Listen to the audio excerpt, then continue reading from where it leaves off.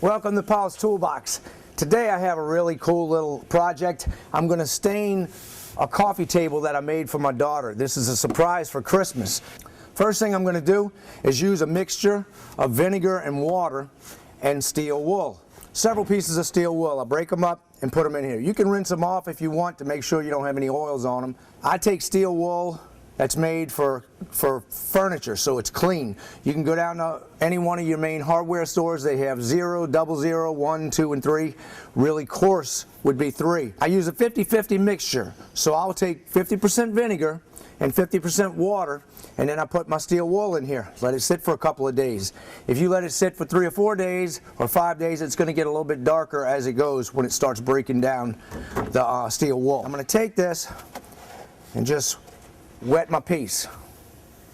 And I'm going to cover everything right now with this because this is just my base. I want to get a little bit darker color on here. The inside really doesn't matter, but since I have the brush here, I'm going to go ahead and do it.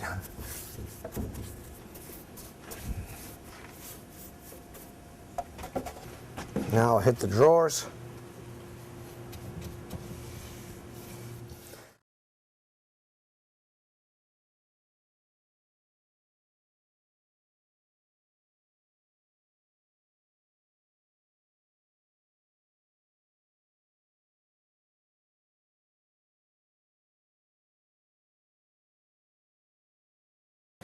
You can see it gives a nice dark look. If I rub it off more, I can make it lighter.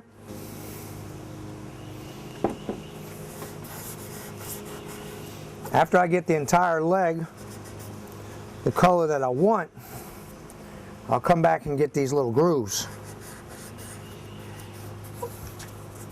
And I'm going to use a latex paint. I'm not worried about it with this oil-based stain because this is a stain and I can put paint on top of it. It's not going to really give me any trouble. Okay, now I'm going to take my green and put it in the grooves. And the brush makes it a lot easier to get in those little grooves that are hard to get into normally. I don't care if paint goes all over it. You'll see, we just wipe that off. We can change all of that. I just want to have it looking like it paint's underneath there and it's a little bit of a distressed look. So I'll put some in the grooves and some around some spots after.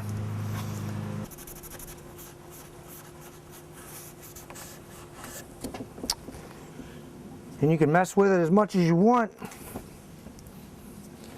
If you don't like the effects, go back over it a little darker and then come back over it again. No biggie. Here, I'm using India ink, and this is by Bombay. This is light fast ink. That's what you want to look for if you're looking for India ink. Light fast. That means it's going to last and not fade over time. I'll just run it down and go back and forth a little bit and get a streak. But you want to kind of blend it. Okay, now I'm going to hit this right here, and then we'll catch the other legs, but I'm going to show you how this is done. What I want to do is put a little bit of color in there on a couple of spots. So I'm going to take my paint and dilute it just with some water. Just make it like a watery paint and see what comes up. If it's too light, I'll put a little more paint in it. It's too light. So, drop a little paint in here. And I'll just dab it on the paint itself. Has enough water in there. All I want is some light streaks. I don't want to get crazy with this.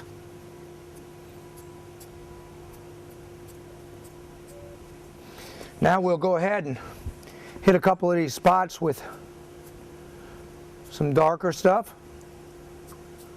All we want, like I said, is a little bit of color. We don't want to have this totally green. All right, I'm going to take my rag and lightly hit it on one of them. Just up and down to kind of get that grain to come out. Now that I have my streaks there, I'll get a dry rag and I'll just rub it in.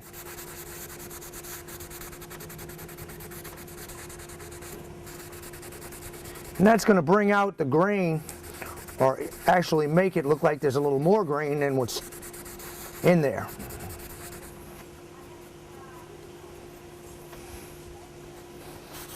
Rub it in.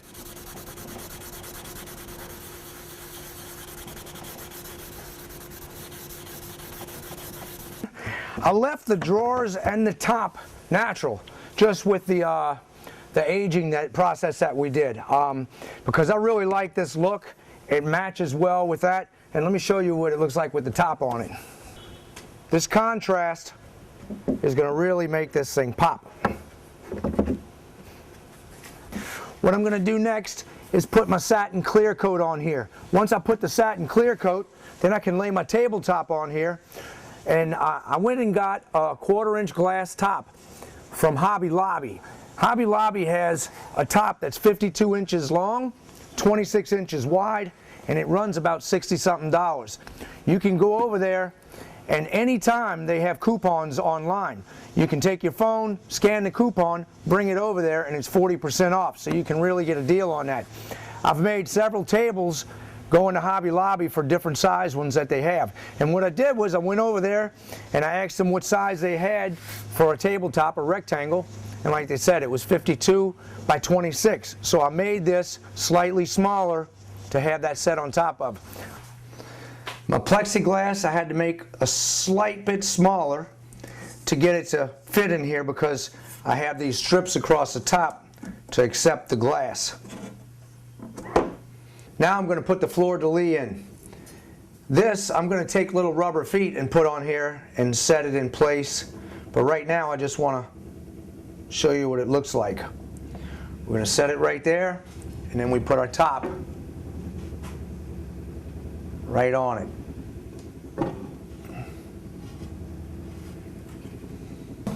Next, I'm going to set the top in, and it just fits right around the framework that I have,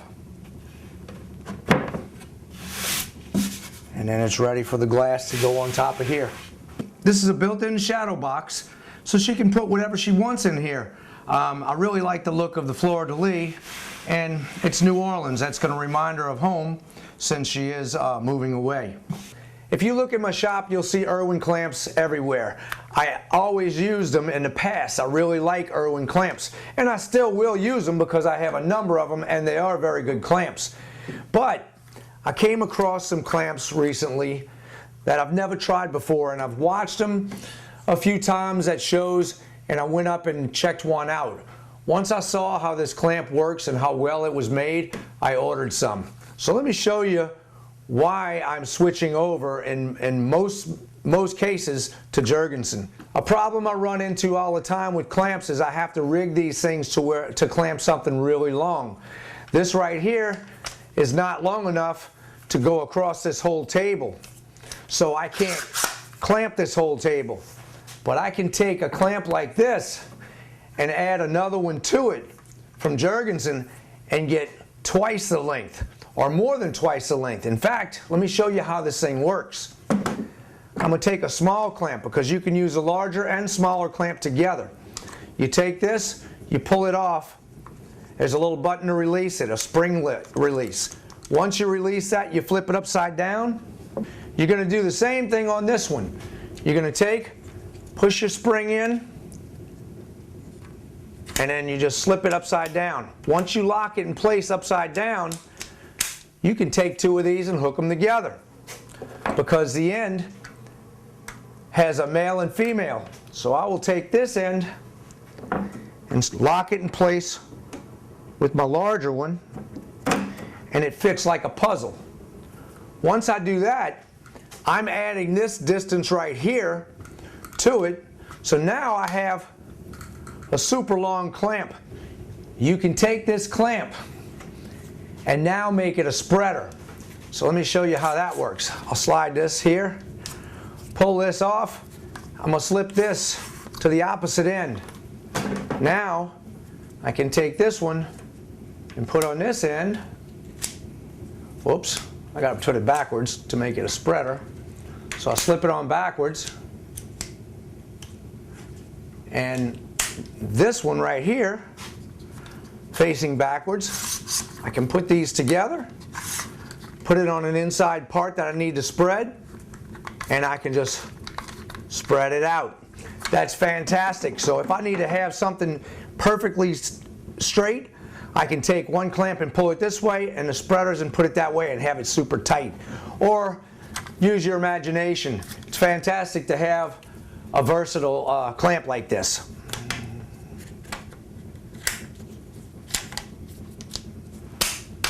One other thing that sold me on this clamp are the inside components, and that's why this one is so much stronger than my Irwin. Look at the single small spring they have in here with 2 plates. That's what allows you to clamp. Right here you have 3 here and 3 inside of this part. You have 6 plates on here and you have 2 springs, which are beefier springs than the one right here. So this is a better made clamp. That's it for now. I'll see you on the next project. Don't forget to subscribe. Check out Paulstoolbox.com for all my archive videos, because I will be covering some things on how to build one of these. And I'm going to be building some other little furniture along the way.